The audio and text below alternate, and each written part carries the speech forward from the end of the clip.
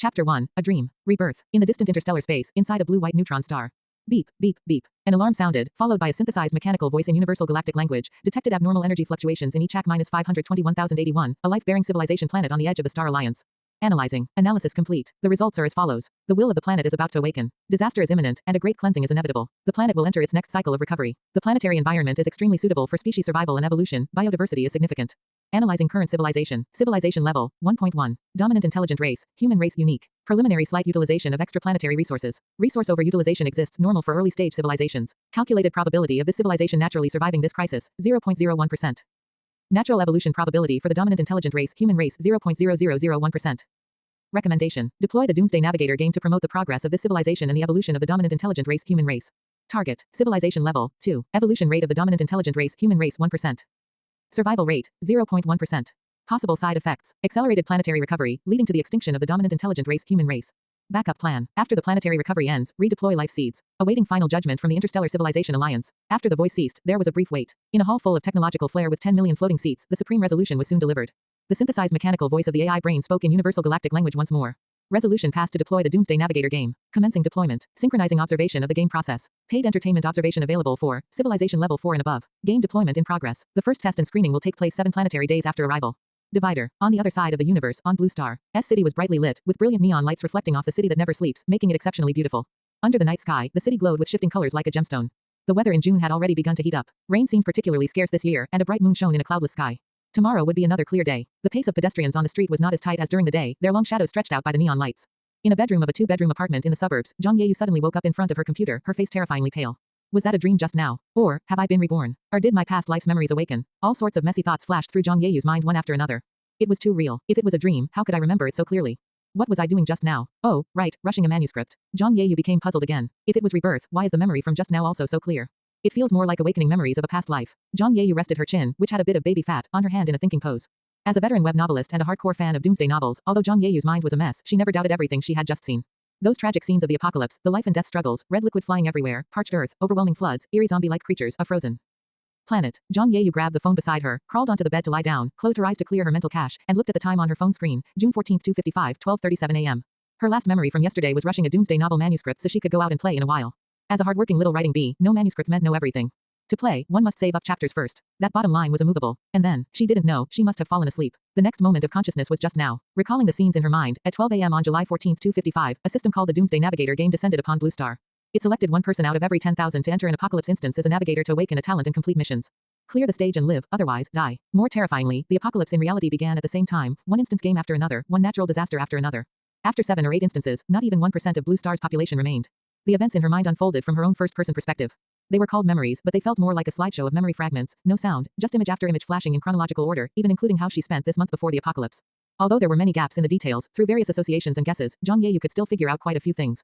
Zhang Yeyu ignored some of the bloody and stomach-churning images, focusing on the coming month. Oh, there really were quite a few interesting things. Zhang Yeyu's expression remained gloomy until she saw the talent she had awakened. Wow, space, I'm going to take off. This is a protagonist setup. How did a little girl like me get the same treatment as a protagonist? It was truly a mystery. Zhang Yeyu's personality was somewhat carefree. If she couldn't figure something out, she'd stop thinking about it for now. Whether it was a dream or rebirth, since she believed it, she had to think about what to do next. First, seek help from the authorities. Zhang Yeyu hesitated for a moment and rejected the idea. Countless novels she had read and written told her the risk was too high. Where there are people, there are schemes. Space was, in a sense, a divine skill, but it wasn't invincible. When the game arrived, all sorts of strange talents might counter yours or even snatch it away. There would always be people with ulterior motives, for themselves, for their families, or even, for the people, who would ultimately sacrifice you for a greater ideal. Your sacrifice would let others live better. I'm just an ordinary person, selfish. No thanks. The world is big, but my life is the most important. Zhang Yeyu didn't necessarily think these people were wrong, but because they stood in different positions, the results would inevitably be different. She simply didn't want these things to affect her own development. As a simple-minded person, what's wrong with just wanting to live? In the mental images, Zhang Yeyu couldn't see her own choices, but it was highly likely she hadn't joined the authorities. Furthermore, she hadn't seen herself die, which was one reason she ruled out rebirth. From another angle, she hadn't seen the end of the apocalypse either. It didn't look like an ending, it just stopped. Another total mystery. The other path was to lay low, to the extreme. But that was the path of cultivation novels. In an apocalypse, it wasn't very suitable. Because resources were extremely limited, those who were useless or lacked strength would inevitably be eliminated. If you just hid away, even if the apocalypse didn't eliminate you, someone would find a way to do it. The reason was simple. I want your resources, and you can't protect them. So, Confucius said it best, the way of the mean, unbiased, neither too much nor too little. But how to do it? Forget it for now, I'll talk about it after I wake up. Although she wasn't very sleepy, Zhang Yeyu still closed her eyes. Suddenly. Chapter 2, Space. Why is it different? The moment Zhang Yeyu closed her eyes, her consciousness entered a spherical space. She knew clearly that it was a sphere with a diameter of 10 meters and a volume of 523,000 cubic meters. At the same time, the phone in her hand was already floating around inside at some point. After a moment of intense surprise, with a flick of her mind, the phone returned to her hand. Then she tried again with her mind. This time, nothing happened. She was thinking about whether she could enter it herself, but she was bounced back. Fortunately, it didn't hurt. It felt like bumping into a balloon, painless but dizzying. The spherical space was divided into 4 zones. Based on the vertical axis, there was a plate-like membrane every 25 meters. This divided the sphere into 4 parts, 2 large sections in the middle and 2 small sections at the top and bottom. She tested them one by one. No matter which zone she put things in, it was just a matter of a single thought. Moreover, Zhang Yeyu sensed carefully and realized she could actually control these plates. The size of each section was entirely under her control. Perfect. After the surprise passed, she rested her chin on her hand again. Speaking of which, where did this space come from? A superpower. From the images in her mind, she knew that the awakened space ability shouldn't be like this. In those images, the initial ability was only 1 cubic meter, expanding tenfold with each level. By level 5, it reached 1,000,000 cubic meters, but that was a cube of 100x 100x 100 meters. Unfortunately, by the mid to late stages of the apocalypse, there wasn't much good stuff left to store. Just now, she had even been complaining, wondering why spaces always had to be square. Now it was fine, but why was it different? What should she do? If the butterfly's wings had flapped, those images would be wasted. Please, no, forget it, another problem she couldn't solve. She'd deal with it when the time came. Over the next few days, there would be plenty of opportunities to compare the images with reality. Even if there was a slight error, it wouldn't stop it from being a golden finger. As a protagonist, she had to stay steady. Zhang Yeyu shook her small fist, steadying herself first. Now, since the space had arrived early, sleeping was unlikely for the time being. She would first experiment with how to use it. As a veteran apocalypse expert, though only on paper, she was still very organized. Step 1, find a watch, sync it with her phone, throw it into the space, and then go to the bathroom. 5 minutes later, she took it out. Great, time stands still in the space. It seemed like a standard feature for a protagonist space. Step 2, she put the fish tank from the living room inside. The live fish actually went in. 5 minutes later, she took it out, and the fish was dead. Another question, if time stands still inside, logically it shouldn't suffocate, and its state shouldn't change between entering and exiting.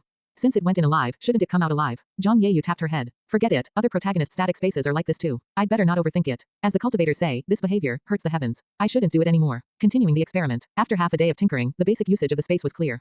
Time stands still inside, it cannot store living animals, but plants are fine. There are 2 ways to store and retrieve items, the conventional reaching out, and a rare method of covering things with the space in her mind. That is to say, anything within a 5-meter radius, as long as it isn't attached to a fixed object, can be collected by mentally projecting the space over it. Discrete, efficient. In that case, could she expand on this? Directly collect dynamic objects around her, like throwing knives, fired bullets, or even people lunging at her. As for hurting the heavens, or whatever, Zhang Yeyu felt she could set that aside for now. Anyway, this was the apocalypse, not cultivation. Not daring to use anything large, she threw a stuffed toy into the air and successfully collected it as it fell, but it felt slightly more taxing than collecting static objects. She switched to a larger one, verified and analyzed it, and concluded it should be related to spiritual power. Zhang Yeyu repeatedly reminded herself not to try and collect large trees or rocks falling from heights. No meteorite, no matter the size. Once caught, the toy was motionless when taken back out. In other words, spiritual power had to be used to cancel out the kinetic energy first. She could further test the limits later. This function could only be used as a shield because once released, the kinetic energy was gone, so it couldn't be thrown back to hit people. She felt a slight pang of regret. However, there were benefits. Within the space's coverage range, she could make stones appear directly over an enemy's head. Traditional space types have to wave their hands to release things to smash people, but I don't. Zhang Yeyu felt a secret sense of joy. The experiment came to an end, and her head felt dizzy. Zhang Yeyu guessed she had consumed quite a bit of spiritual power. Since she hadn't officially awakened, she couldn't see the stats, but they certainly wouldn't be very high. Between the experiments and playing around, she had collected almost everything in the house. For example, she could collect the plugged-in refrigerator, but not a painting nailed to the wall. She felt weary after the spiritual power consumption, but she couldn't sleep yet. Taking out pen and paper, she made a list. Now that she had the space, she couldn't stay idle. In 7 days, there would be a trial run of the game, the first instance and the first screening. Preparations definitely had to be made. Looking at the images in her mind, she hadn't participated in it back then. She only knew the instance was Zombie Siege. The her in the images had only entered when the game officially launched at midnight on July 14th, which was also when she awakened her talent. Her start was a bit later than some people's. It was as if she was a replacement, filling the spots of those who had died. However, now that the space was already here, she was certain she would be in this trial run. Zombies. So scary. As a veteran apocalypse fan and a cheater, she made a list based on weapons greater than medicine greater than water greater than food greater than tools greater than energy greater than other. Because space was limited, it was only 4 pages of A4 paper. She also had to change houses. This one wouldn't withstand the acid rain. The thin walls weren't soundproof at all. Hearing the neighbors upstairs every day, it was all tears. She could sell the house first, which would also prevent certain people from constantly eyeing it. Fuel and other things weren't urgent. She could even look for them in the instance. Zombie Siege also had a city. Zhang Yeyu had a strong feeling that her space could bring things out. Weapons were the priority. It was a zombie instance. Hot weapons were impossible, and she had no way to get crossbows, but bows were okay. She had practiced archery for 2 years in college and had even joined the archery team. Later, she gave it up for various reasons. She had a friend from the archery team who worked at an archery range and could get a high-quality compound bow. That was the priority. For someone physically weak like her, melee combat was for others. But she could have knives and protective gear. The images showed that people entered as newbies without any items, so even with a cheat, she had to be careful. The images showed that only about half the people made it out of this instance. At the same time, she made a quiet decision. She still had to let the higher-ups know. Most of the first batch selected were outstanding talents with great potential, and such people were most numerous among the soldiers. Having been saved by a soldier when she was little, Zhang Yeyu couldn't watch them walk into the slaughterhouse unprepared. But with the space ability, this was no longer an issue. She would handle it all tomorrow. Then she went over her funds. Great, she couldn't even buy half of it, not even a quarter. Well, then, she'd prepare food and water for a month and a half first, and only buy essential medicine. She looked it over. This time it was enough. Fine, she'd just wait to rob jewelry stores in the instance. Forget it, sleep first. She glanced at the clock. 3 a.m., June 14th. She'd set the alarm for 7:30 a.m. Sigh, a life of hard work. Chapter 3, 7 Days of Preparation Part 1. Beep, beep, beep, time to get up, time to get up. At 7:30 a.m., the alarm clock rang punctually. A hand fumbled its way over and slapped it dead. 10 minutes later, the same motion repeated. This time, Zhang Yeyu finally moved. With her eyes closed and hair like a bird's nest, she drifted toward the bathroom. After a quick wash, Zhang Yeyu looked at her long hair and sighed silently. She wouldn't be able to keep it. Whether in an apocalypse or a game, long hair was a massive hassle to manage. She finished washing up, applied light makeup, and changed her clothes. She looked up at the two-bedroom apartment where she had lived for nearly 2 years. Her grandmother had left this to her. Knowing exactly what kind of person her scumbag father was, her grandmother had used all her savings and sold the old ancestral house in the countryside to buy the second-hand suburban apartment for her while she was in college. It was meant to give her a foothold in the future. A lawyer had been hired to clearly notarize the will, leaving her scumbag father with no way to get his hands on it. He was someone who could never be relied upon. A few months after she graduated from college, her grandmother passed away with a smile. It turned out her grandmother had known about her health condition and that her time was short, but she hadn't told her, fearing she would worry and neglect her studies or work. The child wished to provide for the parent, but the parent was no longer there. This had been a significant blow to her at the time, causing her to become withdrawn and reclusive. Since jobs were hard to find in society, she stayed at home and made a living as a writer. After handling her grandmother's funeral, her scumbag father had immediately come looking for the house and the inheritance. In her rage, she called the police directly. Because the will was clear, the scumbag father left in a huff. She also directly announced the severance of their father-daughter relationship. Although the scumbag father never gave up, he had no legal recourse. Images in her mind showed that even after the apocalypse arrived, that scumbag father didn't stop looking for trouble. Together with the wealthy stepmother he had clung to, he had tripped her up several times. She shook her head to cast aside the negative emotions. Standing at the door of her grandmother's room, a single tear fell. Grandma, I'm leaving. I will definitely live well. With a thought, everything movable in the house appeared in her space in its original position. When she had the chance in the future, she would set up a portable cabin in the space and put these things back where they belonged to honor her memory. She took photos of the empty house and turned to leave at 8:25 a.m. She went downstairs for breakfast and packed an extra serving of buns and soy milk. She found a real estate agency near her home to sell the house urgently. She reached an agreement with the agent, requiring full payment. If sold within 3 days, the price could be 15% below market value. If within 7 days, 10% below. Any amount above that price would be the agent's extra bonus. The young agent's eyes glowed with greed as he readily agreed. She didn't plan to enter her first instance in this city. She prepared to go to the neighboring city H in 3 days. With the house matter settled, it was nearly 9:30 a.m. She first called her college best friend, Yu Qing, to tell her about buying bows and arrows and arranged to meet for lunch. Then she turned into a nearby pharmacy. These days, pharmacies were everywhere. She directly asked the pharmacist to pack 3 medical kits. One was for common medications, cold, fever, anti-inflammatories, painkillers, cough medicine, gastrointestinal, heart disease, and hypertension meds, all at triple the normal quantity. The other 2 kits were for outdoor trauma first aid, tourniquets, hemostatic powder, bandages, anti-inflammatories, disinfectants, etc., one in a normal quantity and one in triple. Before leaving, she thought about it and took 2 extra alcohol stoves and 2 sets of scalpels. She gave a shy smile under the pharmacist's surprised gaze. A group of hikers is organizing an outdoor exploration. There are many of us, including some from medical school, so it's better to be prepared. The pharmacist gave an understanding smile. Young people love this stuff. It's better to stay home safely. There's been no shortage of accidents lately, so be very careful. Zhang Yeyu smiled, agreed, and headed out. She put the 2 large medical kits into her backpack and placed the small one in the storage box behind her electric scooter. The moment the storage box lid closed, the medical kit was already in her space. As she rode the scooter through an alley, the backpack behind her also deflated. With the medicine sorted, it should be enough for one instance. Besides, there would be supplies inside the instance too. This was just for emergencies. A street away, at a hardware store, the middle-aged man selling goods chuckled at the young girl. What are you looking for, beautiful? Zhang Yeyu asked. Do you have a fire axe? The owner's body jerked for no reason. Am I that scary? Zhang Yeyu wondered. She smiled. It's not for me. The owner felt a bit embarrassed. Yes, we have them. Zhang Yeyu said. 2 fire axes, 2 hammers, 2 crowbars, 2 igniters. Do you have a chainsaw? The owner was even more surprised. No chainsaws, but I have a gas-powered saw, though I doubt you could lift it. I'll bring them all out for you to see. Oh, Zhang Yeyu felt looked down upon, but after seeing the items, she decisively gave up. She really couldn't lift it. She also swapped the hammers for a size too smaller. She put the items in her backpack and walked away coolly as the owner called out for her to come again. Zhang Yeyu reconsidered. With her small frame, hammers, axes, and crowbars didn't seem very suitable. Although she could swing them, she wouldn't last long. For a girl with little strength like her, it was impossible to chop off a zombie's head in one go, which meant she couldn't deal effective damage and would waste her energy. She should change from hacking to stabbing to save strength. One end of the crowbar could stab, but it wasn't sharp enough. She had to keep looking. If all else failed, she'd tie a butcher knife to a pole. Thinking as she rode, she headed toward the stadium area. Her college best friend, Yu Qing, was an athlete and worked at an archery range there. Conveniently, there were many shops selling outdoor gear in that area. It was already past 1 p.m. She'd settle the outdoor supplies first before going to eat. She found a medium-sized outdoor gear shop and took a look around. These things weren't cheap, so she had to plan. Finally, she bought 1 windproof tent, 2 2-meter climbing ropes, 2 trekking poles, the ones with spikes, 2 large-capacity solar batteries, solar lights, high-intensity flashlights, goggles, windproof masks, raincoats, rain boots, and military shovels. She also got duplicates of the hand crank generators. She also got 2 sets each of stab-resistant clothing, thermal wear, and windbreakers. The situation in this instance is unknown, but I probably won't need these. Sigh, better to be prepared, or I'd have to come back. It's all money, so expensive, Zhang Yeyu complained inwardly as she shopped. She looked like she was going wilderness camping or mountain climbing. Although she bought quite a lot, it didn't necessarily look like it was for one person, so the owner didn't show any strange expression. Plenty of people bought far more than this. Finally, seeing Zhang Yeyu pick up a first aid kit, the owner remarked, little girl, you're heading out to the wild. Do you need something for self-defense? Wild animals are rare now, but they're still out there. Is there such a good thing? Zhang Yeyu's eyes lit up, and she lowered her voice. What kind of good stuff do you have, boss? What are you thinking? Just some small things. After all, I don't dare sell anything that's too illegal. This is a legitimate business, the owner complained with a look of disdain. Zhang Yeyu grinned. Then let me see. I definitely need them. The owner turned and went into a small cubicle behind the counter. He came out a moment later with a dagger, a tactical hatchet, and a stun baton. Then he whispered, these bladed ones can't have a receipt. I'm only asking because you spent so much today. Once you're out the door, I won't admit to it. Zhang Yeyu understood. She glanced up and saw that the surveillance monitor on the counter had actually been turned off. How professional. The items were good. The dagger was an imitation Mad Dog knife. The owner said the hatchet and stun baton were also imitations of big brands, but Zhang Yeyu didn't know her stuff. Including the first aid kits, Zhang Yeyu took 2 of everything. Surprisingly, she could bargain for these, and the owner gave her a small discount to show respect. There were many items, so the owner had a clerk help her carry them. Once outside, Zhang Yeyu went straight to a nearby budget hotel, booked a room, and dropped the things off. Seeing it was 11 a.m., she decided to rest for a bit before going to eat. Chapter 4, 7 Days of Preparation 2. After a brief rest in her hotel room, Zhang Yeyu put those non-sale items and some small pieces into her space. She left the large items and clothes piled to one side. Since she had openly brought them in while packing, she needed to leave a record of them being there. Things couldn't just vanish into thin air. She went downstairs and wandered back to that outdoor gear shop. The boss was playing on his phone. Seeing her return, he didn't say anything, only casting an inquiring glance her way. Zhang Yeyu grinned and leaned in close to him. Boss, my friend just asked me to quietly check with you. Do you have anything better? The boss gestured and ate with his hand and shook his head. No, that's really not something we'd dare to sell. Zhang Yeyu grinned again. No, if you dared to sell that, I wouldn't dare to buy it. My friend was asking about crossbows. Rapid fire would be best, something a bit smaller, just enough to take down a rabbit or a pheasant. The boss nodded. Those aren't cheap, they're all handmade. And there's no stock on hand. If you really want them, it's a 500 yuan deposit. Leave a phone number. This time, Zhang Yeyu didn't even ask about the price. She agreed immediately and then asked, how long will it take? At least 10 days or so. These things can't be mailed, and they can't be taken on public transport.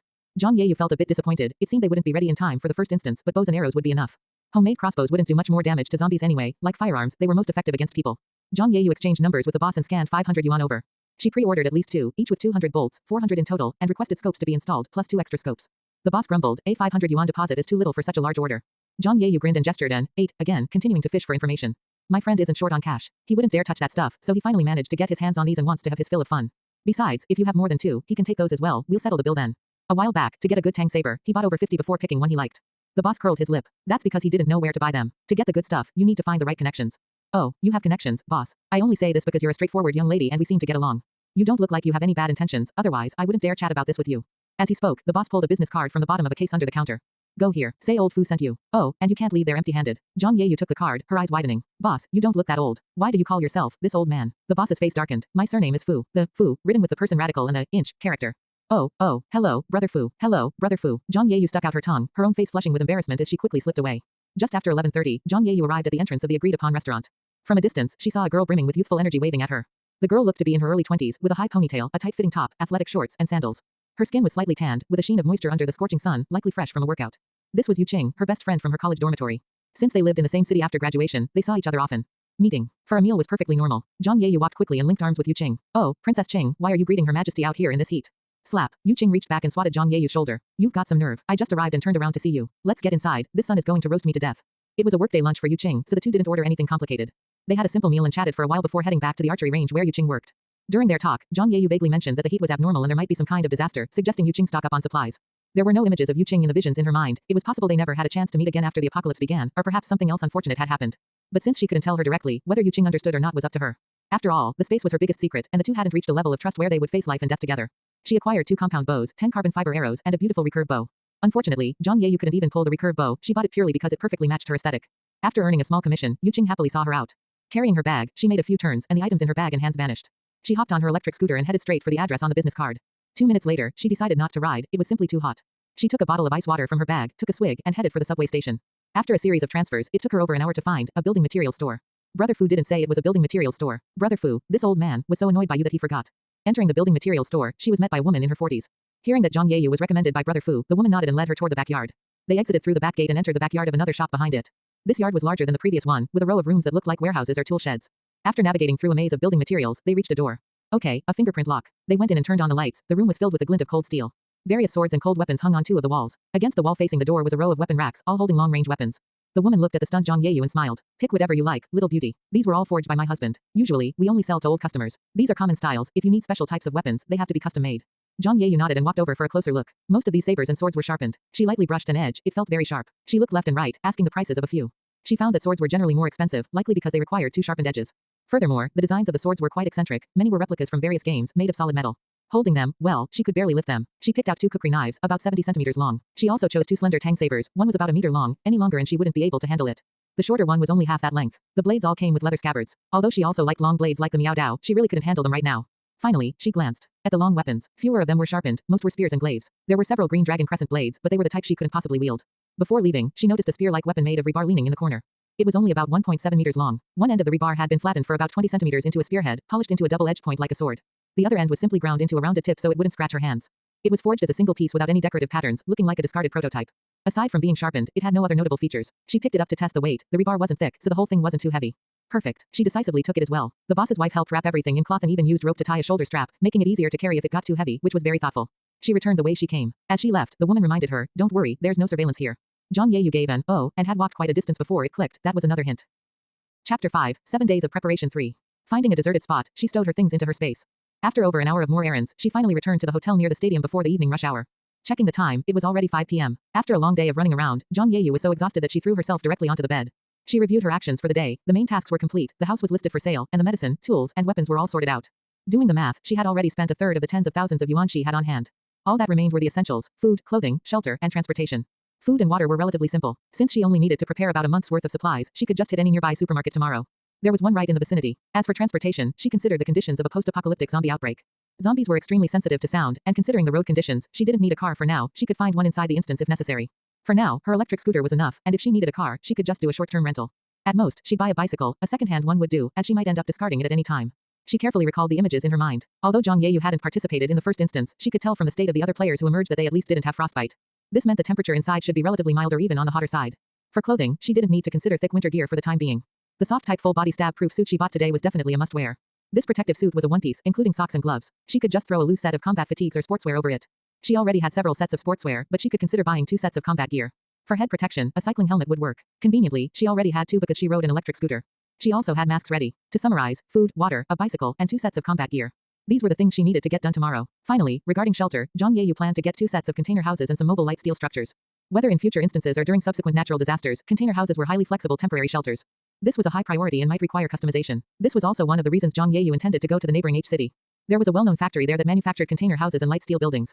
She needed to call and place a pre-order tomorrow. She had forgotten to do that today. As for the light steel house, well, she'd need a light steel villa for herself to live in. That could be considered later. It would likely be a major expense, and she certainly didn't have enough money now. She also wanted to model a set of prefabricated houses after her previous home. She would place them in her space to recreate the home she shared with her grandmother.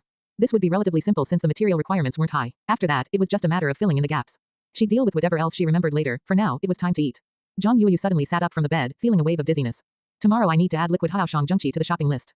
I can't collapse from heatstroke before I even enter the instance. The weather was truly too hot. Thinking of that, she realized she also needed some insect repellent. While she was at it, she took inventory of the daily necessities from her old house currently in her space, like various shampoos and such.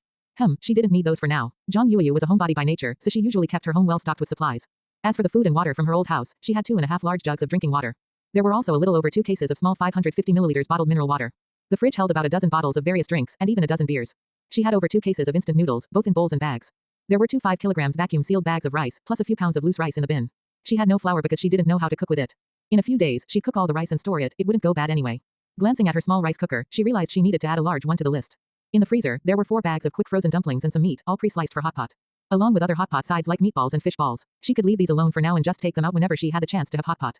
There weren't many green vegetables, just about 1 meal's worth of scallions, chives, cucumbers, and tomatoes, plus a few potatoes and over 30 eggs across 2 cartons. She could cook them all into prepared dishes and store them. There was some prepared food, mainly chicken feet and duck necks kept as snacks. And various snacks, enough to fill maybe 2 backpacks. She gave herself a silent pat on the back for that. She planned out tomorrow's activities, and seeing that it was already past 6:30 p.m., she hurried out to eat. She went downstairs, found a small restaurant, and ordered 4 of her favorite dishes and a bowl of rice, planning to pack up whatever she couldn't finish. Speaking of packing, she used the excuse of her project team working overtime to order 1 extra portion of each dish along with 20 boxes of rice. The owner was kept busy for quite a while and even had to borrow a pot of rice from a neighboring restaurant to fulfill this large order. Over an hour later, a full and satisfied Zhang Yeyu sheepishly left the restaurant carrying 2 large bags of packed food. It was slightly embarrassing. She thought to herself that she couldn't keep doing this. She needed a car or something to use as cover. Walking down the main road carrying 2 huge bags of food was a total social death sentence. She quickly found a spot with no people or cameras and put everything into her space. She hadn't gone far when she saw a barbecue stall. Unable to resist the temptation, she bought 10 mutton skewers plus a bunch of other assorted grilled items. While waiting for the barbecue, she ducked into a nearby pharmacy and bought liquid Haoshang Zhengqi and insect repellent powder. She didn't dare buy too much at a single shop. After visiting 3 pharmacies, she felt she finally had a sufficient amount. She hurried back to pick up her skewers and returned to the hotel. She found it was already past 9 p.m. She showered and lay down. While in bed, she organized her space, categorizing and arranging the items inside. She unpacked things that needed to be opened, like those knives. She placed various weapons in easily accessible spots and memorized their locations firmly so she could pull them out at maximum speed whenever needed. Unknowingly, Zhang Yeyu drifted off to sleep, ending her busy day. When she opened her eyes the next day, it was already 8:30 a.m. Great, she had forgotten to set an alarm. She quickly washed up, brushed her teeth, and ate breakfast. Then, she went to a car rental agency first to rent a vehicle. She just rented a cheap, ordinary car. She had originally wanted to rent a van, but then realized she didn't have that many things to buy yet, and she didn't know how to drive one anyway. She'd wait until she practiced in the instance. Zhang Yeyu could only manage to drive a small car clumsily. She drove back to the hotel, and with the help of the staff, loaded the outdoor gear she bought yesterday into the car, checked out, and left. She headed straight for a nearby large supermarket. She prioritized restocking instant noodles and various seasonings, ensuring she had enough noodles alone to last a month. Then she bought 5 bags of rice. These 5 bags would be kept as backup reserves. She grabbed a pack of dried noodles, a large rice cooker, several stainless steel basins, and 10 large collapsible plastic water buckets for starters.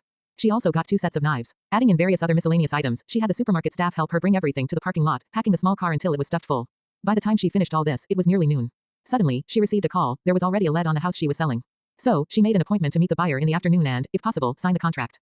There were still some formalities, but she estimated she could finish them tomorrow morning, which meant she could set off for H City tomorrow afternoon. Perfect. Time to eat. Wait, it felt like she was forgetting something. Zhang Yeyu slapped her forehead and took out her phone to call the manufacturer of container houses and light steel buildings. Chapter 6, 7 Days of Preparation 4. She made a phone call and pre-ordered 2 container houses from a manufacturer. One was a simple version, 18 square meters, enough for a single bed, a table, and a chair. It didn't even need windows, but it absolutely had to have a bathroom where she could shower. The internal water storage tank needed to hold at least half a ton of water. Additionally, wastewater had to have the option of being discharged externally or stored internally. Solar energy would be the primary power source, with a reserved slot for a generator and external water and electricity inlets. Aside from these, there was only one requirement. It had to be sturdy, especially the door, which needed to be the highest security grade possible, though some extreme level protective doors couldn't be installed due to material constraints. The manufacturer recommended a double-layered outer wall with a layer of sound and temperature insulation in between. The trade-off was sacrificing some internal space, but it would allow for a better door to be installed. Because she needed it urgently, they could only modify existing outer wall materials, which was the best solution possible within a few days. Zhang Yeyu made the decision and paid an extra 1% rush fee. Actually, it wasn't expensive, totaling around 30,000 yuan. The manufacturer only agreed to the modification because they saw Zhang Yeyu had larger orders coming later. The other was a comfort version. It was tentatively planned to be twice the size of the simple version, with comfort as the priority, left to the manufacturer's design. There was no rush for this one, she could finalize the design and start production after she arrived there. As for the other light steel and prefabricated houses, there would be enough time to decide once she arrived. The manufacturer promised to complete the simple version within 3 days, just in time to be delivered to the designated location the day before she entered the instance. After eating, she drove to the real estate agency. The signing of the sales contract went quite smoothly. This was a relatively new residential complex. Not far away, just a few kilometers, was the university town. S-City was a top-tier metropolis, and buying a house in the suburbs at this price was quite reasonable. After some simple haggling, the deal was closed at 12% below market value. The young agent also got his wish and received an extra 3% commission. The buyer was a businessman who bought the house as a temporary base to be closer to his child's school. For the 60-plus square meter house, she would end up with over 2 million yuan. A 200,000 yuan cash deposit was transferred to her account right after signing the contract. Both parties agreed to handle the title transfer tomorrow morning. Once Zhang Yeyu signed the transfer documents, the full payment would be credited. Leaving the agency, Zhang Yeyu sat in her car and immediately booked a high-speed train ticket to H City for tomorrow afternoon. Sitting in the car, Zhang Yeyu felt a wave of confusion, as if there was nothing left to do. She rested her head on the steering wheel for a while until she accidentally hit the horn, startling herself awake. She started the engine and drove toward a nearby commercial district to continue her efforts. Damn the apocalypse. Zhang Yeyu's target was a military surplus store in the commercial district. She had looked at it before, the items were excellent and the quality was very high. With ample funds now, she directly purchased 4 sets of combat uniforms, 2 in black and 2 in camouflage. She also picked up 2 tactical vests. At the owner's strong recommendation, she bought 4 pairs of military boots. These were quite expensive, but the owner insisted they were the most useful items. Finally, the owner threw in 2 pairs of half-finger tactical gloves for free. She crossed another item off her list. She no longer planned to get a second-hand bicycle. They were hard to find and a waste of time and effort. She went to a nearby shopping center instead and bought 2 skateboards and 1 self-balancing scooter. Finally, she went to the wet market. She bought half a kilogram of each vegetable she liked, 50 kilograms of pork, and 10 kilograms each of beef and mutton, mainly because she didn't know how to cook them. The only way she could think of eating them was hot pot. She also bought 2 chickens and 2 ducks, already cleaned, along with some fish, shrimp, and seafood she enjoyed. It took several trips to the car to get everything settled. Dinner time arrived again. On the way to eat, she passed a roast duck shop and ordered 4 ducks to pick up after her meal. This was her favorite. She had to get more whenever she had the chance. For dinner, she only ordered 1 set meal to go. After dinner, she took a walk to digest, admiring this last peaceful city that never sleeps. Watching the busy and leisurely crowds, she sighed inwardly. Then, she went to find a place to sleep. The title transfer the next morning went very smoothly. Zhang Yeyu had found a hotel nearby yesterday, perfectly avoiding the traffic peaks and getting a good night's sleep. After finishing her business, she returned the car, ate, and took a taxi to the train station for the high-speed train to H City. It would take just over an hour. Zhang Yeyu was leisurely drinking milk tea when she received a call from her scumbag father, instantly ruining her good mood. The scumbag father had found out about the house sale. He immediately questioned why she hadn't informed him beforehand and demanded a share of the money. Zhang Yeyu hadn't blocked him before, thinking that he was her biological father after all. Even though they had cut ties, she had left a line open. But having seen the images in her mind, how her scumbag father used the influence of her wealthy stepmother to suppress her in the base during the apocalypse, she knew better. Fortunately, she had been among the first batch of chosen pioneers when the game officially started, so they hadn't dared to be too excessive, otherwise they would have made a move against her long ago. Zhang Yeyu decisively hung up and blocked him. Since she knew what he was going to do, even if she couldn't bring herself to kill him personally yet, she didn't want any further contact with them. She would just watch them struggle and fend for themselves in the apocalypse. When the train arrived, Zhang Yeyu rented an SUV and headed straight for the container house manufacturer. It was nearly 3 p.m. She aimed to get things settled today. The simple version of the container house was already being rushed. That 1% rush fee was being put to use. The sales supervisor who received her said that if it weren't for her requirement for double-layered reinforced walls, she could have picked it up today. This progress was a day ahead of schedule. She needed to find a place to receive the goods quickly. The design for the comfort version was finished, and Zhang Yeyu finalized it with a few minor changes. She requested 3 layers of alloy outer walls, double-layered bulletproof plexiglass windows, and a door with the highest protection level. The interior decoration was entirely focused on comfort, featuring a full kitchen and bathroom, sofa, carpet, and a projection screen. Aside from the small space, it was quite perfect. The estimated cost was around 30,000 yuan. Production would take about a week, not including installation. There was no need to rush this one. The light steel villa design would take 2 more days. Zhang Yeyu added some requirements, mainly regarding security features like the outer walls, glass, doors, and windows. The preliminary plan was for about 100 square meters across 2 floors. The estimated total cost exceeded 1 million yuan. To finish it before the game officially started in a month, rushing was a necessity. As for the prefabricated house for her space, after seeing the photos Zhang Yeyu provided of the old house, the sales manager said they could easily replicate it, even the color of the floor.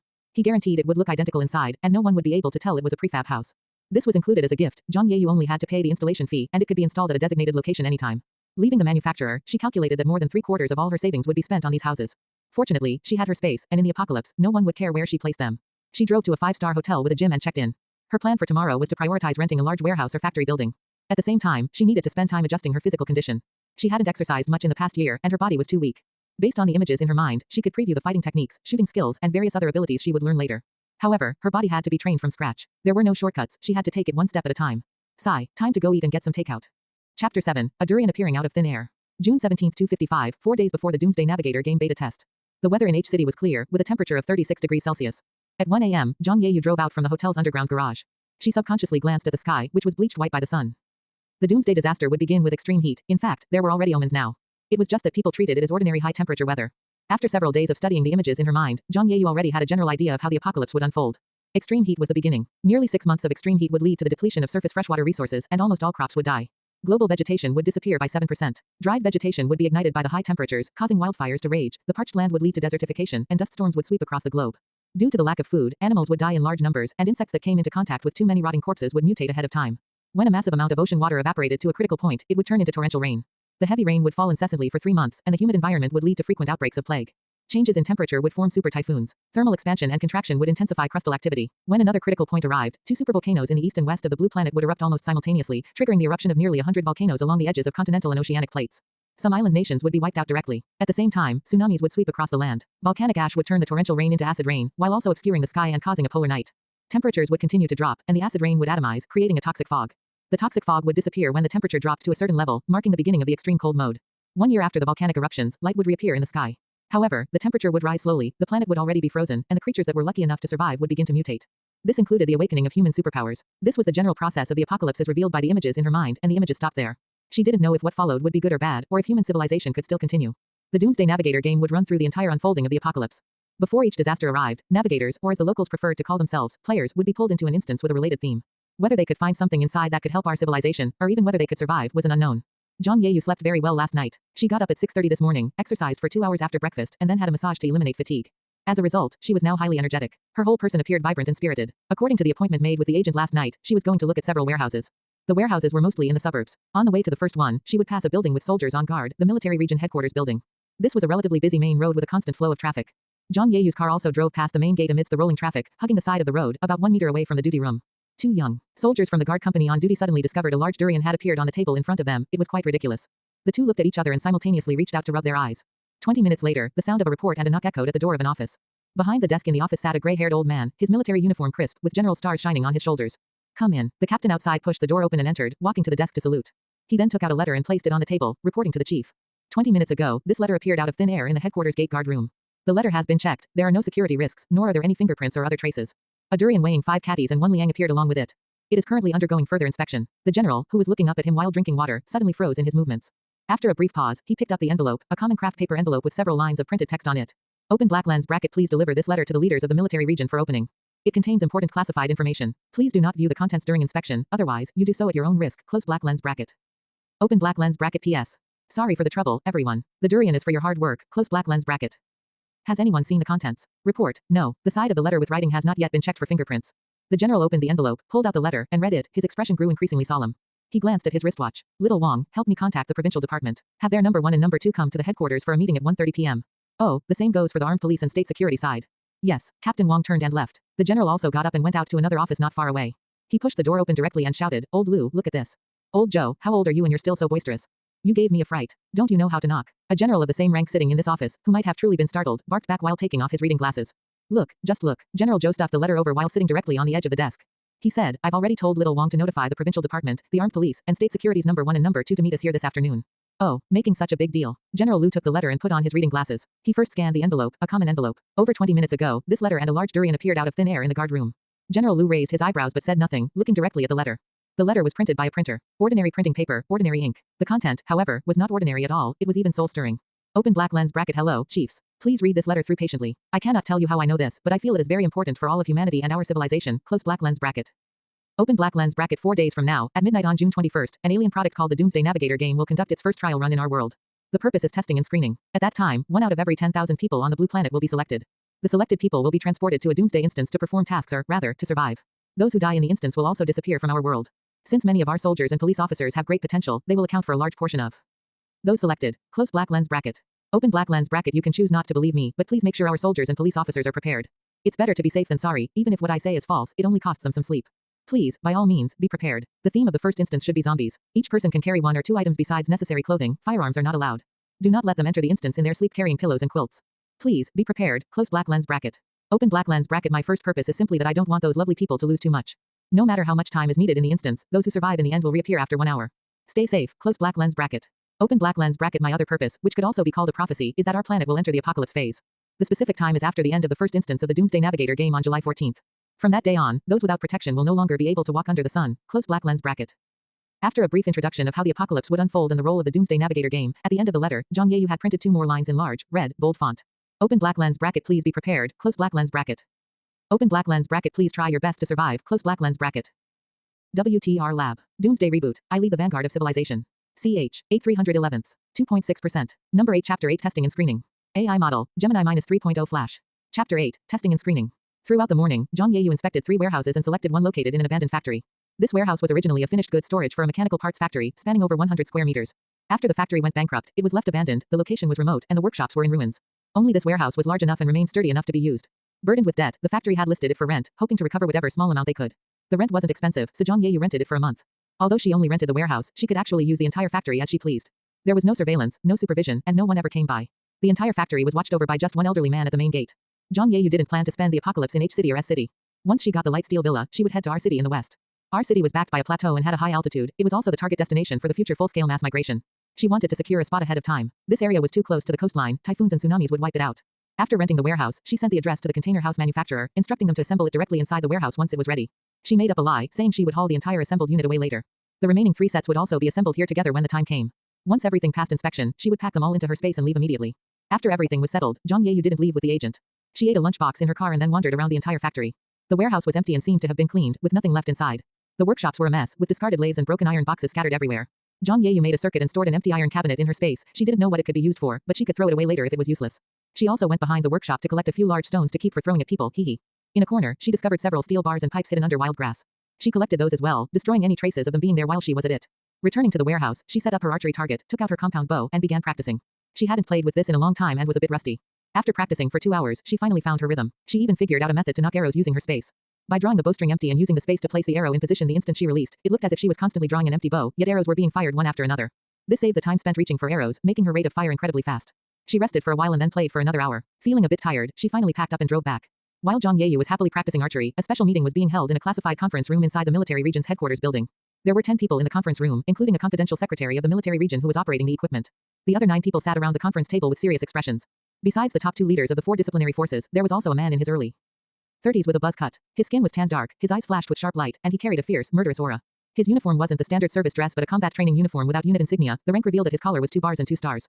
A lieutenant colonel of this age could only be found in one place, the Special Operations Brigade directly under the military region. The several people present were clearly qualified to have contact with this man and were even quite familiar with him. He was the commander of the 1st Squadron of the Special Operations Brigade, leader of the War Dragon Assault Team, Lieutenant Colonel Fang Shanming, codenamed Dragonhead. At this moment, the screen projected that very letter which had appeared out of thin air. General Zhou spoke up. I assume everyone has finished reading. This letter appeared out of thin air in the headquarters building's guardroom at 1:23 a.m. this morning. There were 2 personnel on duty in the guardroom and 2 armed sentries at the outpost in front of the guardroom. There are a total of 6 surveillance cameras covering the front, back, left, and right of this area, yet no one saw anything and no footage captured how the letter appeared. Upon seeing the words on the envelope, the duty personnel immediately reported it to the officer on duty, who sent the letter directly to the security screening room. Obviously, everything was normal. Because of the writing on the envelope, the inspectors did not test the side with the words, but no fingerprints or any other noteworthy traces were found anywhere else. Could the letter have been placed there long ago and was only discovered at that time? Perhaps some other method was used to create the illusion that nothing was there. Little Fang reminded me, I forgot to mention that along with the letter, a 5-pound durian appeared.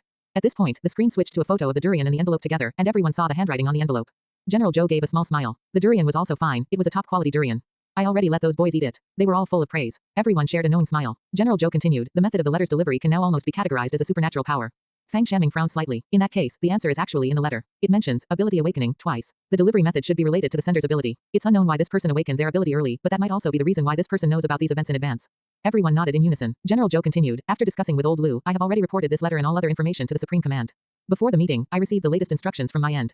First, the item regarding having the military and police prepare in advance is imperative. As the letter stated, the cost of preparing early is minimal, but it is highly likely to save the lives of those chosen. Therefore, all military and police personnel must be prepared to be chosen, without exception.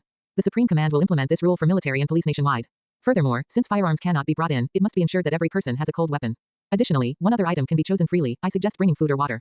Little Fang, have the War Dragon members try to bring in different firearms to verify this point.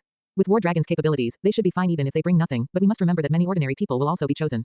Yes, Fang Shaming had an intuition that if it was about testing and screening, the War Dragon crew would likely all be chosen. Second, besides the military and police, there will certainly be many ordinary people chosen.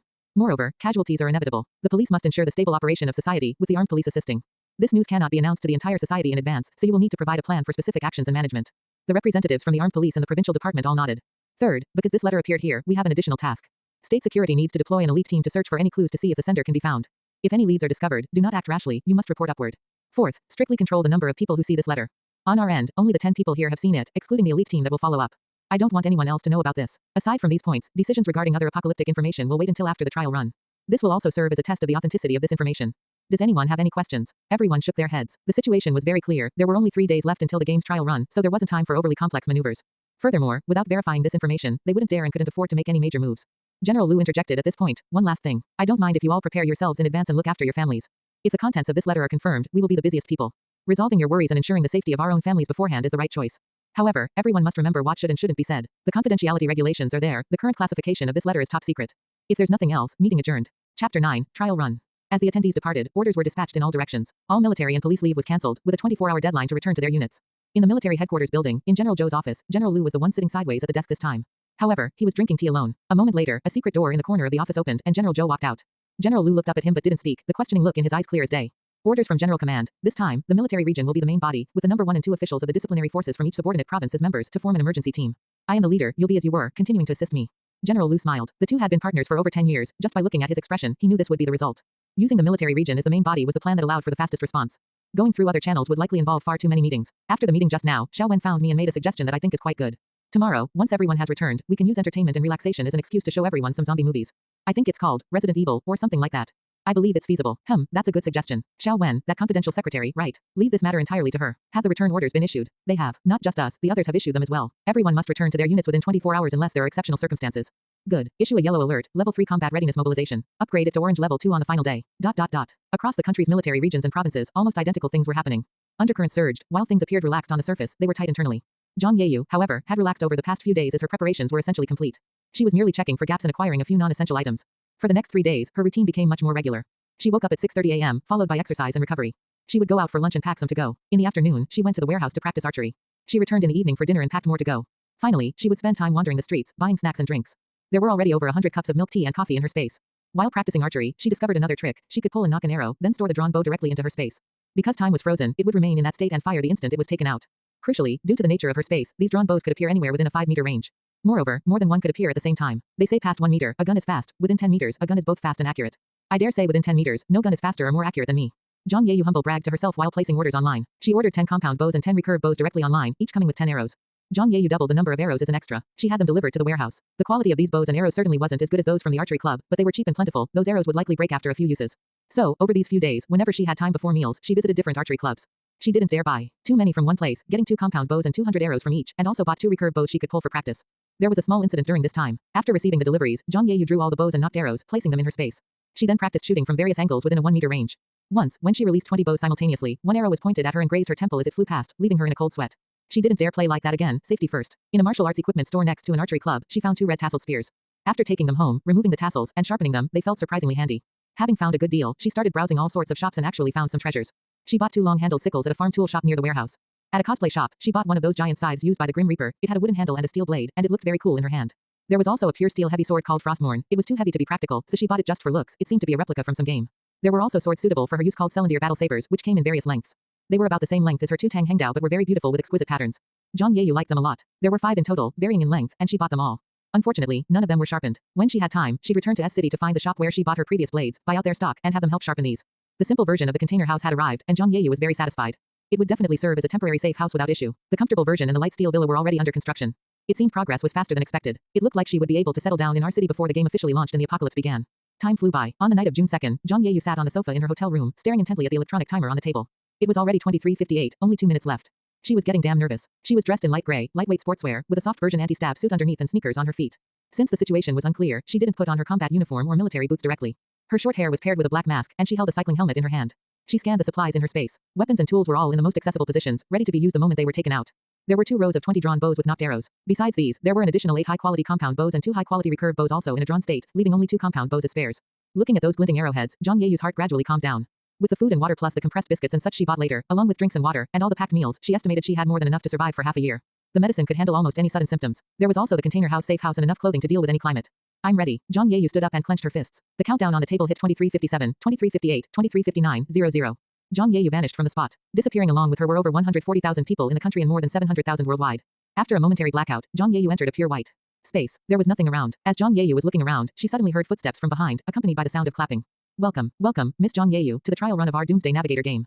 I am the game's main control AI. My code name is very long, so I won't read it out. You wouldn't remember it anyway.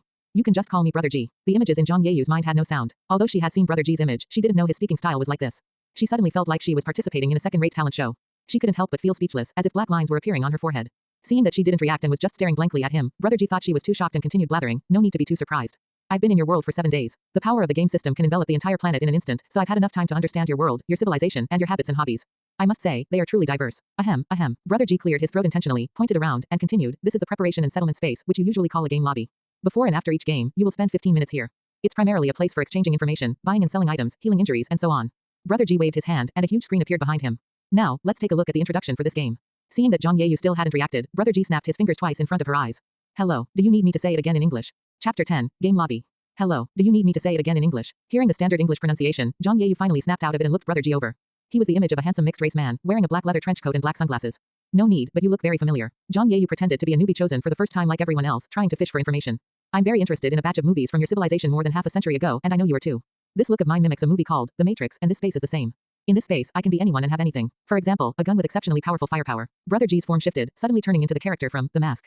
He pulled out 2 oversized guns with many barrels from behind him. With a chuckle, Brother G's form shifted again, returning to normal, and he pointed at Zhang Yeyu. You can too. Zhang Yeyu suddenly found herself transformed into a character from Men in Black, wearing black leather, black clothes, black shoes, a black tie, and black sunglasses, holding a massive, sci-fi-looking particle gun. Before she could react and complain, Brother G snapped his fingers again. Everything returned to normal, on the condition that you have enough points. Points. Yes, in every game, you learn points through many channels, killing monsters, completing missions, obtaining specific items, or even acting cute to get tips, if anyone's willing to give them, of course. Brother G scratched his head. Or maybe I should change it to game coins, but that's not important. Brother G returned to the main topic. Let's first look at the introduction for this game. I've named this trial run game Instance Resident Evil. Just like your Resident Evil movies, it's an instance themed around a zombie outbreak. Your main mission is to survive in there for 3 days. There are also some side missions for you to discover yourself. Any questions? At the same time, text appeared on the large screen behind Brother G. Open black lens bracket trial run instance. Resident Evil close black lens bracket. Open black lens bracket instance introduction. You may carry up to 2 items you have touched in reality into the instance note. This is a trial run benefit close black lens bracket. The zombie virus will break out 1 minute after deployment. Run, close black lens bracket. Open black lens bracket initial items. Personal bag, mobile phone, items brought from outside asterisk 2 close black lens bracket. Open black lens bracket main mission. Survive for 3 days close black lens bracket. Open black lens bracket side missions. To be discovered close black lens bracket. Open black lens bracket available points. Close black lens bracket. Wait, that's it. I still have questions. Ask away. What kind of game is this? Why come to Blue Star? Why choose me? Will I die? Can I go back? When does the game end? Stop. Seeing Zhang Yeyu rattling off questions, Brother G quickly interrupted her. The game is called Doomsday Navigator game. I already said that just now. Pay attention. The reason for being here cannot be disclosed for now. Selection follows the 1 in 10,000 principle. 1 person is chosen for every 1,000 people. Being chosen means you have excellent ability and huge potential. Dying in an instance will result in you being sent back to your original world in the form of an urn, literally landing as a box. Of course, you can go back after clearing the instance. As for when the game ends, the decision isn't mine, it's yours. Ours. How do we decide? Survival or destruction? That is a question worth considering. Actually, I think survival or destruction is just a matter of choice. Your every action is a choice, and it will ultimately affect your life or death. The collective choices of all of you are what decide how the game ends. Brother G looked at his watch ostentatiously. All right, chat time is over. We have things to do before the game starts. You'll slowly find out those unimportant details, provided you're still alive. Brother G pointed at Zhang Yeyu again, and a bracelet appeared on her wrist. Before the game ends, your body will be semi-digitized. Your thoughts can activate your bracelet to see some of your information. The bracelet will automatically hide itself. The activation command is Open Game Panel. Zhang Yeyu, what a sloppy command. Open Game Panel. As her voice fell, a light screen seemed to pop up from the bracelet before her eyes. The light screen was divided into several pages. The first page was labeled Basic Character Attributes. Open black lens bracket name. Zhang Yeyu nickname not set close black lens bracket. Age 23. Strength ATK 1.55. Can you even hold a knife? Agility SPD 2/5.0. Can you run away? Constitution Def 1.85. You'll fall at a touch. Spirit Mag 3.65. This is actually not low. Luck 9/1. Unassigned attribute points. Talent unawakened close black lens bracket. The second page was the backpack. Only the first slot at the top was lit, the rest of the page was gray, appearing to be locked. The third page, the mall, and the fourth page, the chat room, were both not open. The fifth page, achievements, was blank. Oh, you don't need to say the command out loud. Use your thoughts, understand. Now, the most important moment has arrived, the gift from the game, ability awakening. Many people like to call this ability a superpower, an ESP, a mutation, and so on, but I prefer to call it a talent. Are you ready? This is gonna hurt for a while. Seeing Zhang Yeyu nod, a beam of white light suddenly enveloped her entire body. Pain radiated from her whole body, from head to toe, there wasn't a single spot that didn't hurt. It made her instinctively want to give up, but Zhang Yeyu gritted her teeth and held on, ensuring her consciousness remained clear. According to the consistent logic of various novels, the later one gives up or loses consciousness, the better the awakening will be. After an unknown amount of time, when the pain slowly subsided, Zhang Yeyu was slumped on the ground, looking like she had just been fished out of water, her entire body soaked in sweat. Brother G's surprised voice came along with the sound of clapping. How surprising. I don't know how you guessed the trick to awakening a high-level talent. But I must congratulate you on finally making it through, thumbs up to you. As an encouragement, let me clean you up. After all, there are still a few minutes before you leave and the smell really isn't great. With a wave of his hand, Zhang Yeyu's entire body became dry and clean again. As her strength returned, Zhang Yeyu slowly sat up from the ground. Less than 3 minutes until deployment. I suggest you quickly familiarize yourself with your talent. According to your world's habits, I've added some flavor and descriptions to the talent. I hope you like it. I won't disturb you further. Remember, after deployment, you only have 1 minute of safety time. As Brother G spoke, his figure slowly faded and disappeared. A countdown appeared on the large screen, 246, 245. Zhang Yeyu conveniently put her helmet into her game backpack and opened her basic character attributes. Open black lens bracket name, Zhang Yeyu nickname not set close black lens bracket. Age, 23. Strength ATK 2/5.0 can you even hold a knife? Agility SPD 2.55 can you run away? Constitution Def 2.35 you'll fall at a touch. Spirit Mag 7.210 this, it seems something strange happened. Luck, 9/1. Unassigned attribute points. Talent, Illusion of the Brain origin S+, click for details. Chapter 11, Resident Evil 1, Source Talent. Opening her basic attributes, Zhang Yeyu looked at them until she felt a bit dizzy, first casually setting a nickname. Her strength, agility, and constitution had each increased by 5 points compared to before. It felt like her body had been reconstructed through cleansing the marrow and tempering the bones, the pain hadn't been for nothing. Although none except agility had reached half of their limits, she could feel that the strength in her body was already much greater than before. Previously, she could be described as incredibly weak. Now, she was at the level of a normal adult. But what was the deal with this mental stat? Something strange had indeed happened. The overall value, including the limit, had doubled, but the 5 points that should have been added hadn't been. Brother G, what more could you ask for? Then there was this talent, S+ rank. All talents could be upgraded. From the information currently in her mind, she knew that initial talents should at most be S rank, with 5 ranks in total, S, A, B, C, and D. Hers should have been the A rank space control. How was it different again? The space was different, and the talent was different too. Fortunately, it had changed for the better. S+ was definitely better than A, and the space wasn't lost, so whatever. And what did this source mean? Source talent. She didn't know and hadn't heard of it, but it sounded pretty cool. Clicking on the detailed description of the talent, Zhang Yeyu nearly fainted from joy. Open black lens bracket talent. Brain's illusion source S+ close black lens bracket. Your spirit is truly great, so great that your brain doesn't even know why it can withstand so much spiritual power. Mental attributes and limits are permanently multiplied by 2. Skill 1. Open black lens bracket is it like divine sense? Passive close black lens bracket. Creates a mental field within a radius of mental attribute value *1 meters. You can consciously perceive everything within the field and control it with spiritual power.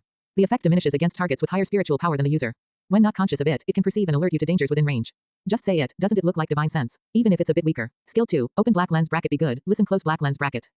Creates an illusion according to the user's will, possessing a strong confusing effect. Can cause a hypnotic effect on targets with a massive gap in spiritual power. The effect diminishes against targets with higher spiritual power than the user. Be a good baby, you only get candy if you're obedient. Skill 3. Open black lens bracket I'm from shield. Passive close black lens bracket. Spiritual power will automatically protect your mental consciousness. All control skills and items acting on the mind are ineffective against you. Spiritual power attacks from those with spiritual power less than or equal to yours are ineffective. Provides a certain defense against spiritual power attacks from those with higher spiritual power, depending on the gap. Want to see my ID? Skill 4. Open black lens bracket time for an injection close black lens bracket. Condenses spiritual power into a needle to directly attack the opponent's brain, causing severe damage. The quantity and quality of the needles, as well as the damage caused, are proportional to the spiritual power value. If the target's spiritual power is far higher than yours, you will suffer a backlash. Divine sense attack incoming. Skill 5. Open black lens bracket if I say you're wrong passive close black lens bracket. Others probing you can only see the information you want to be seen. Unless you are willing, you cannot be tracked, divined, or remotely locked onto. You will receive a warning when others attempt to track, divine, or remotely lock onto you. Don't play dirty with me, I'm hidden deeper than anyone. Click here to edit the status panel information you want to be seen. Skill 6. Open black lens bracket, close black lens bracket. Skill 7. Open black lens bracket, close black lens bracket. Skill 8. Open black lens bracket mind over matter passive close black lens bracket. Without matter, spirit cannot exist. Without space, matter cannot exist. Your spirit has transcended matter, so you have obtained a space. What is this? Where did it come from? Skill 9. Open black lens bracket, close black lens bracket. Skill 1. Open black lens bracket, close black lens bracket. At this moment, Zhang Yeyu wanted to grab that flashy Brother G and ask him exactly what had happened. Fortunately, he ran fast, Zhang Yeyu thought, curling her lip secretly. Brother G, I learned being flashy from you. Normally, AD rank talent only has 1 passive, and most are useless. For example, cooking will definitely taste good, body temperature is always 5 degrees lower, etc. C rank has 1 more active skill than D rank, B rank has 1 more passive than C rank, and A rank has 1 more active than B rank. Thus, at S rank, there should be 3 passives and 2 actives, which are skills 1 to 5. The 2 empty slots for skills 6 and 7 are reserved for when the talent upgrades to SS and SSS. This is the potential of a talent. Even if C and D rank talents are upgraded to the limit, they are at most A rank. A and B rank can generally reach S at most, with very few A ranks being able to reach SS, as rare as AD rank reaching A rank. Only S rank can possibly reach the highest SSS. Zhang Yeyu's talent should belong to the S rank mental category. She guessed that her space had influenced the talent, causing it to mutate into the current S+ rank and adding skill 8. Skill 9 and the second skill 1 should be positions reserved for SS+ and SSS+. That would explain it, but how? How was it done? It seemed like Brother G didn't know either. Then she'd better not let him know. If it was a bug and got fixed, what would she do? She also didn't know if Skill 5 worked on Brother G. Regardless, she would hide her info when she had time later. Now that time was almost up, she had to familiarize herself with the skills first. Perhaps because her spiritual power was high, Zhang Yeyu performed a series of analyses extremely quickly. Skills 3 and 5 were purely passive and could be ignored for now. 2 and 4 were for attack and control, which wouldn't be very useful for the upcoming escape. She was already proficient in using the space, so it counted as a trump card. Although skill 1 was passive, it was currently the most useful one. Zhang Yeyu immediately concentrated her mind to observe the surroundings. She could clearly sense a circle centered on herself with a diameter of roughly 72 meters. Everything within this circle was known to her as long as she wished it, even what was behind her. It really was like divine sense. The only strange thing was that she couldn't scan that large screen. It seemed it wasn't real. She familiarized herself with it briefly. The countdown on the large screen began. 5, 4, 3, 2, 1, deployment. Her vision blurred, and Zhang Yeyu appeared at a crossroad. Judging by the sky, it was the morning rush hour. Her spiritual power scanned the area in an instant. Shit, a nightmare start, Zhang Yeyu cursed, running toward the other side of the road. There were still 15 seconds left on the green light. The deployment site should be a crossroad in the central business district. That direction was all skyscrapers. The zombie outbreak would occur in 1 minute. A few over there were already acting strange. In the morning rush hour, entering any building would result in being trapped like a dumpling. The best plan was to find a street front shop with no or few people to hide from the chaos of the initial outbreak. It was too easy to be accidentally injured during that period. Behind her in the building were a pharmacy, a breakfast shop, and a convenience store, all full of people. Diagonally opposite was a supermarket. There weren't many people, likely only staff, but most people would run there after the zombie outbreak, at least they wouldn't starve there. Across the street behind her was a car showroom with floor-to-ceiling glass on 2 sides, completely transparent. Opposite was a cake shop, a fitness center, and a coffee shop. Obviously, the fitness center was the first choice. The rolling shutter wasn't pulled down, and the glass door was secured with a chain lock. This was the one. Zhang Yeyu felt that her current information gathering ability, analytical ability, and even her brain's processing speed were terrifyingly strong. Running to the front of the fitness center, she took out bolt cutters from her sportswear, actually from her space, snipped the lock in one go, and stuffed the cutters back into her clothes. She picked up the broken lock from the ground, pushed the door open, entered, turned back to pull down the rolling shutter, slid the latch home, and jammed it with the chain from the broken lock. She closed the glass door, took out the lock she used for her electric scooter, and locked it from the inside. Turning around, her spiritual power scanned the entire 3-story fitness center. All actions were completed within 3 seconds without a single redundant movement. No one even noticed anything unusual. Perfect. Chapter 12, Resident Evil 2, World First Kill. Zhang Yeyu walked towards the back door of the fitness center. Passing by the manager's office on the way, she took the surveillance system's main unit. The entire fitness center was completely empty. However, in the public corridor outside the back door, a person stood, their eyes already turned ash gray. They were probably cleaning up trash earlier. Reaching the back door, she didn't open it directly. She simply stood there, observing that person using her spiritual power. At the same time, she was also paying attention to the situation on the street outside.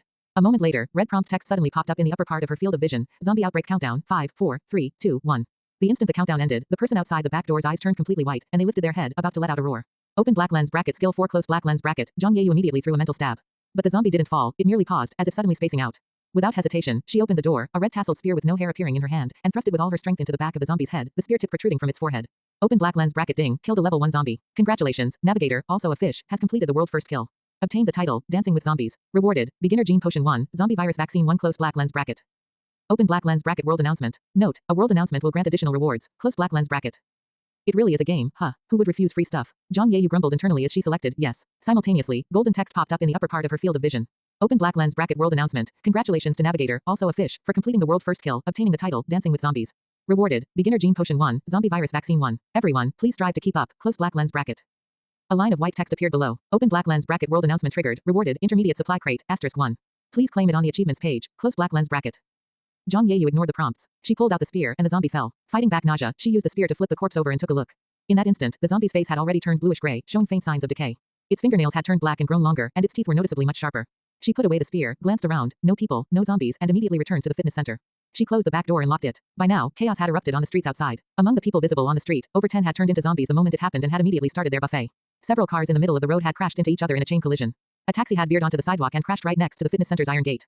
The driver struggled to climb out of the cab, his arm dripping with blood. The passenger in the back seat had already turned into a female zombie, chasing after the driver as he crawled out. However, just as she was about to continue biting the driver, he suddenly looked up, his eyes rapidly turning white, his skin beginning to rot.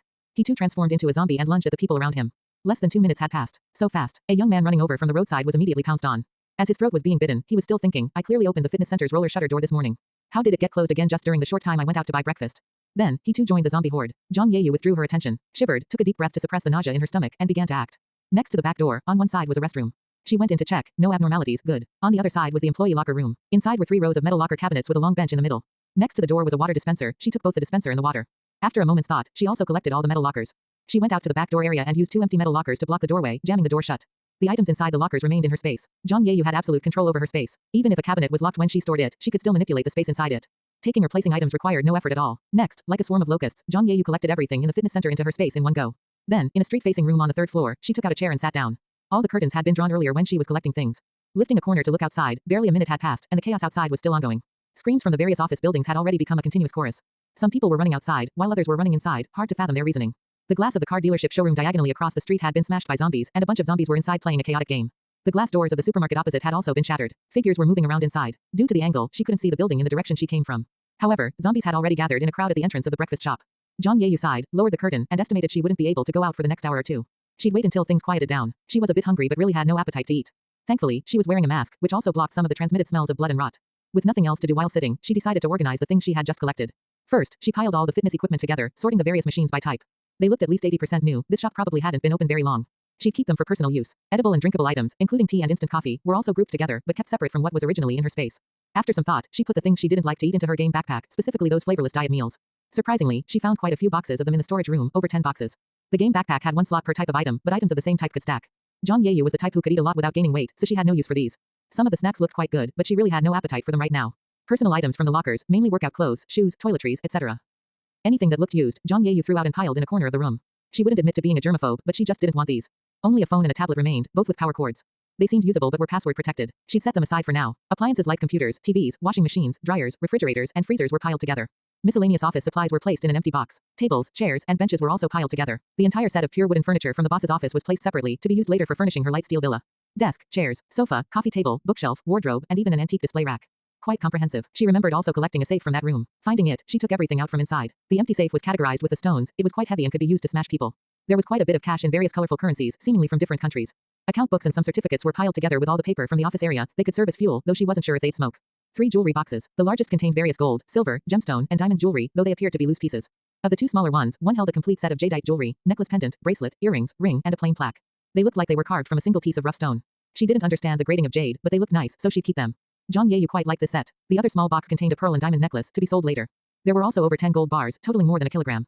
Also to be sold later. If she could take them out, wouldn't she have money? Zhang Yeyu had a premonition that even if others couldn't take things out from their spaces, she could. The final item was actually a short sword with a scabbard. The end of the hilt was inlaid with a large pearl. A dragon's mouth held the blade. There was no guard. The metal openwork carved scabbard had 3 gemstones of different colors on each side. The blade looked very short, only about half a foot long. Zhang Yeyu grabbed it. Her expression froze for a moment, then a strange smile suddenly appeared on her face.